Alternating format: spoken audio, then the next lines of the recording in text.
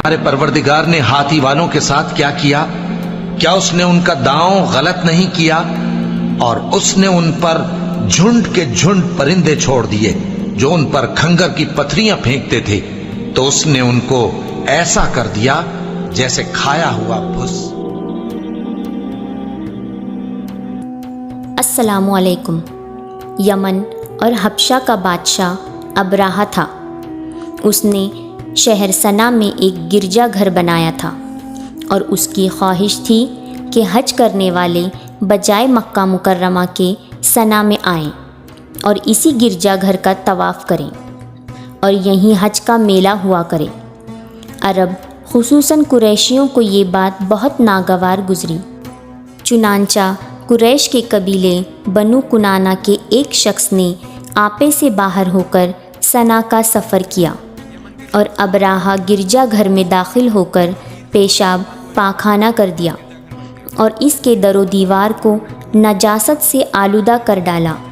اس حرکت پر ابراہہ بادشاہ کو بہت طیش آیا اور اس نے کعبہ معظمہ کو ڈھا دینے کی قسم کھا لی اور اس ارادے سے اپنا لشکر لے کر روانہ ہو گیا۔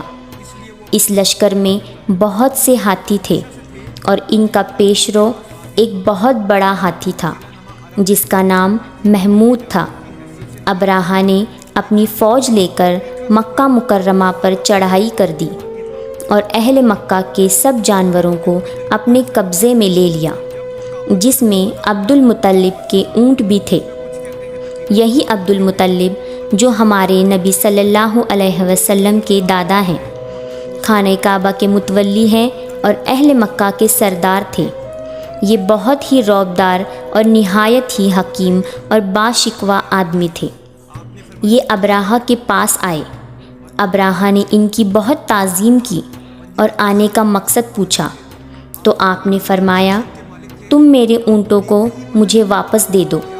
یہ سن کر ابراہہ نے کہا، مجھے بڑا تعجب ہو رہا ہے کہ میں تمہارے کعبہ کو ڈھانے کے لیے فوج لے کر آیا ہوں جو تمہارا اور تمہارے باپ داداؤں کا بہت مقدس اور محترم مقام ہے۔ آپ نے اس بارے میں مجھے کچھ نہیں کہا، اپنے اونٹوں کا مطالبہ کر رہے ہیں۔ حضرت عبد المطلب نے فرمایا کہ میں اپنے ہی اونٹوں کا مالک ہوں، اس لیے کہہ رہا ہوں، اور کعبے کا جو مالک ہے وہ خود اس کی حفاظت فرمائے گا، مجھے اس کی کوئی فکر نہیں۔ ابراہہ نے آپ کے اونٹوں کو واپس کر دیا اور آپ نے قریش سے فرمایا کہ آپ لوگ پہاڑوں کی گھاٹیوں اور چوٹیوں پر پناہ گزیر ہو جاؤ۔ چنانچہ قریش نے آپ کے مشورے پر عمل کیا۔ اس کے بعد حضرت مطلب نے کعبے کا دروازہ پکڑ کر بارگاہ الہی میں کعبے کی حفاظت کے لیے خوب رو رو کر دعا مانگی۔ ابراہہ نے صبح ہوتے ہی لشکروں کو لے کر کعبے پر دھاوا بول دینے کا حکم دے دیا اور ہاتھیوں کو چلنے کے لیے اٹھایا، لیکن ہاتھیوں کا پیشرو محمود جو سب سے بڑا ہاتھی تھا وہ کعبے کی طرف نہ چلا۔ جس طرف اس کو چلاتے وہ چلتا، مگر خانہ کعبہ کی طرف اسے چلاتے تو وہ بیٹھ جاتا۔ اتنے میں اللہ تعالیٰ نے سمندر کی جانب سے پرندوں کا ایک لشکر بھیج دیا۔ ہر پرندے کے پاس 3 کنکریاں تھیں، 2 پنجوں میں اور 1 چونچ میں۔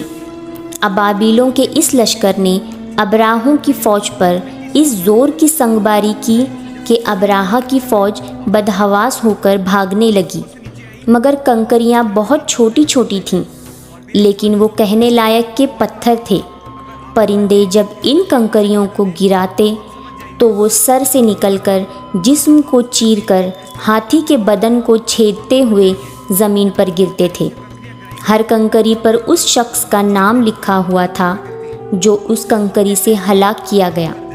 اس طرح ابراہہ کا پورا لشکر ہلاک و برباد ہو گیا اور کعبہ معظمہ محفوظ رہ گیا۔ یہ واقعہ جس سال وقوع پذیر ہوا، اس سال کو اہل عرب عام الفیل کے نام سے یعنی ہاتھی والا سال کہنے لگے، اور اس واقعے کے بعد 25 روز بعد حضرت محمد صلی اللہ علیہ وسلم کی ولادت ہوئی۔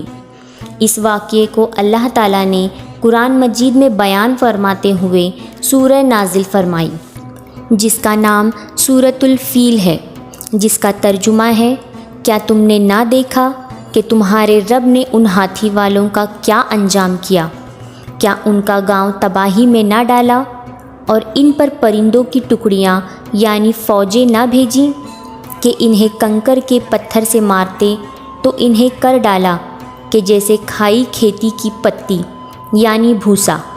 اس سے معلوم ہوا کہ قرآن مجید کی طرح کعبہ معظمہ کی حفاظت کا ذمہ بھی اللہ تعالیٰ نے اپنے سپرد لے رکھا ہے کہ کوئی تعاونی طاقت نہ قرآن مجید کو فنا کر سکتی ہے اور نہ خانہ کعبہ کو صفا ہستی سے مٹا سکتی ہے، کیونکہ اللہ تعالیٰ ان دونوں کا محافظ اور نگہبان ہے۔ ہم آپ کے لیے ایسی ہی نئی اور انٹرسٹنگ ویڈیو لاتے رہیں گے، تب تک کے لیے اللہ حافظ۔